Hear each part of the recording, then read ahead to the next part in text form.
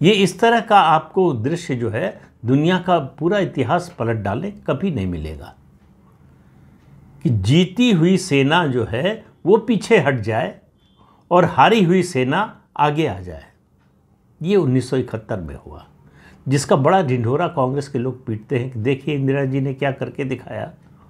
उस समय उनको इंदिरा जी याद आती हैं।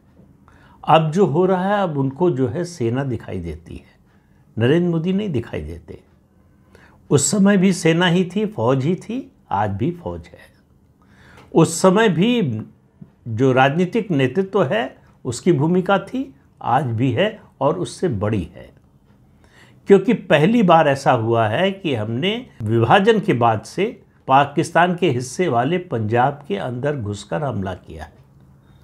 और हमला हमने उनके सिविलियंस पर नहीं किया, हमला हमने जो है उनके किसी नागरिक विमान पर नहीं किया। हमने हमला किया दो चीज़ों पर, पहला या दो जगहों पर कह लीजिए, दो लक्ष्यों पर। पहला जो आतंकवाद के मुख्यालय थे उन पर, ये 6 और 7 तारीख की सुबह हुआ, रात हुआ बल्कि कहना चाहिए। एक 5 पर शुरू हुआ था और एक 30 पर ऑपरेशन पूरा हो गया था। 9 आतंकी ठिकाने जो है हमने ध्वस्त कर दिए, 100 से ज़्यादा आतंकी मार दिए। और उनमें बड़े बड़े नामी गिरामी आतंकी थे जो पाकिस्तान की सेना का बड़ा असेट थे। उनको हमने जन्नत का रास्ता दिखा दिया।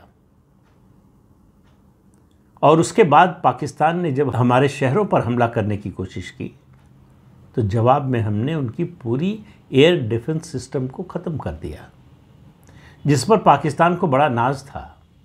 नाज वैसे इस एयर डिफेंस सिस्टम पर चीन को भी था और अपने ड्रोन पर तुर्की को भी था, लेकिन ये किसी काम नहीं आए।